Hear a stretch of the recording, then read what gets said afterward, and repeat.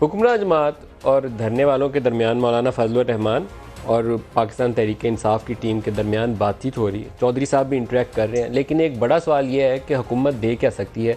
क्या ऐसी चीज़ हो सकती है जहां मौलाना साहब को फेस सेविंग भी मिल जाए। हुकूमत ना इमरान खान की जाने वाली है, ना नए इलेक्शन होने वाले हैं, ना फ़ौज के ऊपर ऐसी कोई टफ कंडीशनलिटी लिखे जाने वाली है कागज़ों के ऊपर।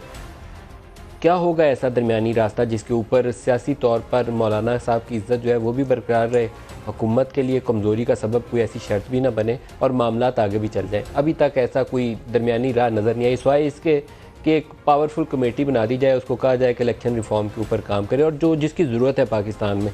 जब इमरान खान भी यहाँ धरना देने आए थे और 126 दिन बैठे रहे, शायद उस वक्त भी सबसे ज़्यादा जिस चीज़ की ज़रूरत थी वो इलेक्टोरल रिफॉर्म्स की थी। कैसा इलेक्शन जो शफाफियत के साथ हो पाकिस्तान में और जिसके नताइज के ऊपर कोई सवाल ना उठाए बल्कि नताइज को तस्लीम कर ले। आम तौर पर ये रिवाज नहीं है पाकिस्तान में, हारा हुआ कभी भी नताइज को तस्लीम नहीं करता और सवाल ही उठाता है।